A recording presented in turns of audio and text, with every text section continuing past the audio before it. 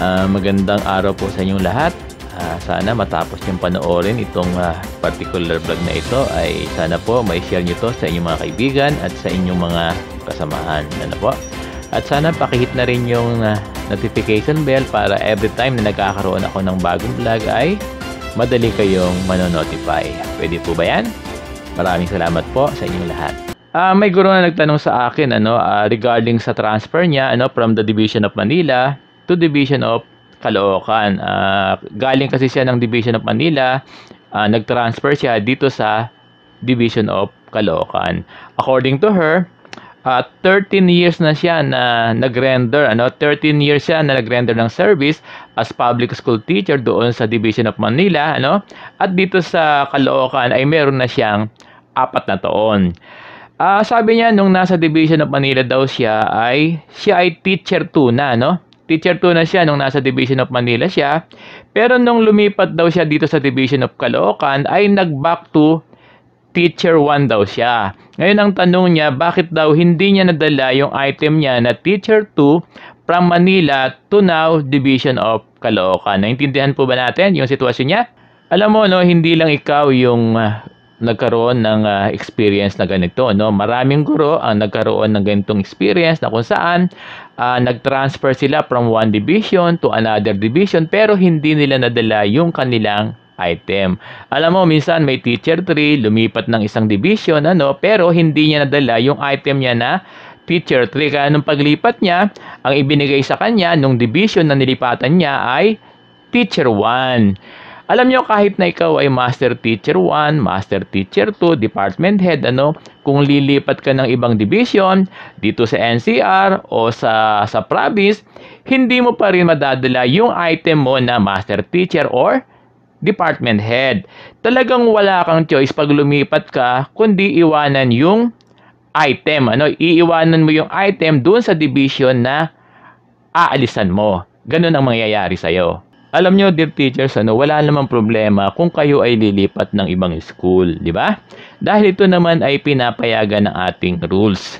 Di ba, sabi doon sa rules, kung saan kayo malapit na school, halimbawa, yung tinitirahan nyo ay dito malapit sa isang school, pwede kayong lumipat doon sa malapit sa inyong tinitirahan. Napaka-clear niyan, maliwanag yan. At alam ko, alam na alam ito ng ating mga guro. Alam nyo, dear teachers, kasi may dalawang may dalawang option yung paglipat nyo, Una, pwede kang lumipat na bibigyan ka ng bagong item doon sa lilipatan mo ng division office. Kaya lang, ang karaniwang ibibigay sa iyo ay teacher 1. Yung pangalawa ay ito mabilis to pag sumulat ka na gusto mong lumipat, kung nagmamadali ka, ang gagawin ng division superintendent ay ililipat ka ron pero as detailed teacher. Kaya lang pag detailed, hindi ka bibigyan ng item doon sa bago mong school, doon sa school na lilipatan mo. Kasi pag detailed ka, doon ka pa rin sasahod doon sa dati mong eskwelahan. Kasi pag detailed ka, yung plantilla mo ay hindi po pwedeng ilipat doon sa bagong school mo. Yung plantilla mo ay dito pa rin sa dati mong eskwelahan. Kasi yung plantilla mo ay hindi naman po pwedeng ilipat doon sa ibang eskwelahan.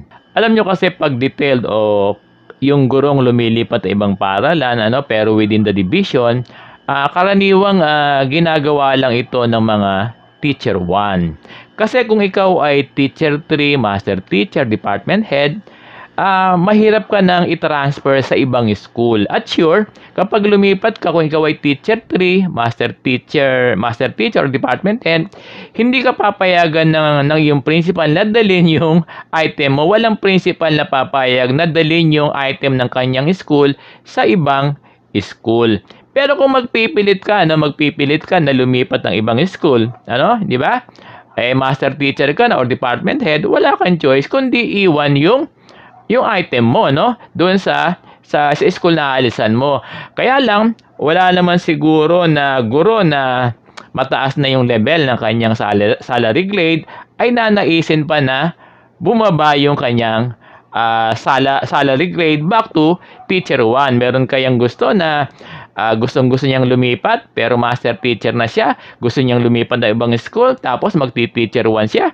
Siguro wala namang teacher na gagawa ng ganito, no? At walang magnanais na bumaba yung kanyang sahod.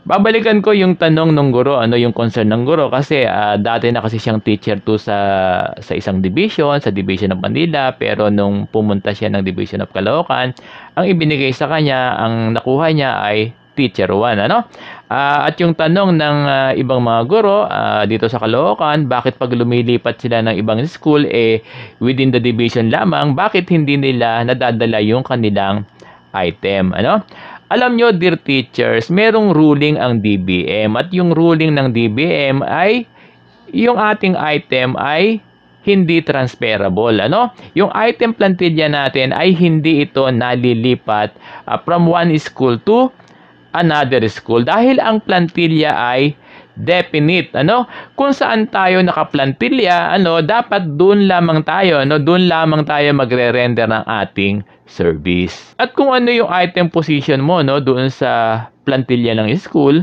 at kung nasa ang school naroon yung plantilla position mo, doon ka lamang sa school na yon magre-render ng service para doon sa item position na yon, Naintindihan ba ako?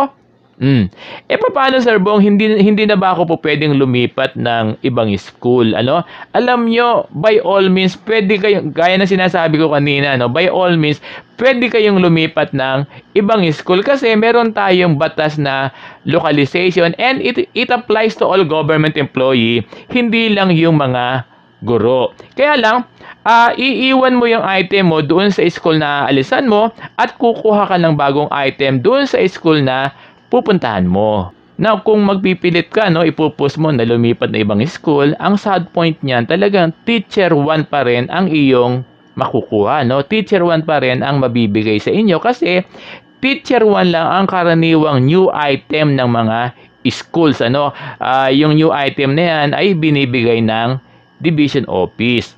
Alam nyo, kahit na anong gawin nyo na makiusap kayo sa inyong principal, sa division superintendent, talagang hindi ipapadala yung item mo na teacher 2, teacher 3, or master teacher. Talagang tututol dyan, mag-o-oppose dyan yung inyong principal. Hindi yan ipapadala ng inyong principal kahit na yung lilipatan mo ay within the division lang, So, kung teacher 2 ka, teacher 3, master teacher, asa ka pa kung malilipat ka na madadala mo yung item mo na yan, Kasi kung gusto mo talagang lumipat, ang mangyayari sa'yo ay back to teacher 1 ka. Kung within the division, from one school to another school ay hindi pinapayagan na madala yung item, much more, Lalo na yung from one division to another division ay hindi talaga papayagan na ipadala sa'yo yung item kung ikaw ay lilipat, alam nyo kasi yung mga plantilla ng eskwelahan, yan ang binabatayan ng DepEd, ng DBM, yan ang binabatayan ng DBM para doon sa ating para doon sa yearly budget ng eskwelahan, At alam nyo yung mga plantilla ng bawat school ay pwedeng madagdagan ng item position kasi di ba nagkakaroon tayo ng mga new item, new teachers bawat taon, So yung mga new item na yon ng mga bagong guro ay nadadagdag doon sa ating school plantilla. Kaya lang yung mga plantilla ng eskwelahan pwedeng dagdagan pero hindi ito po pwedeng bawasan. Nagigets ba ako? Pag sinabi kong babawasan yung plantilla, dadalhin sa ibang school, hindi po pwedeng mangyari yon, At sa personal services na budget ng DBM na ibinibigay doon sa bawat eskwelahan, ang pinagbabasihan ay yung ating school plantilla.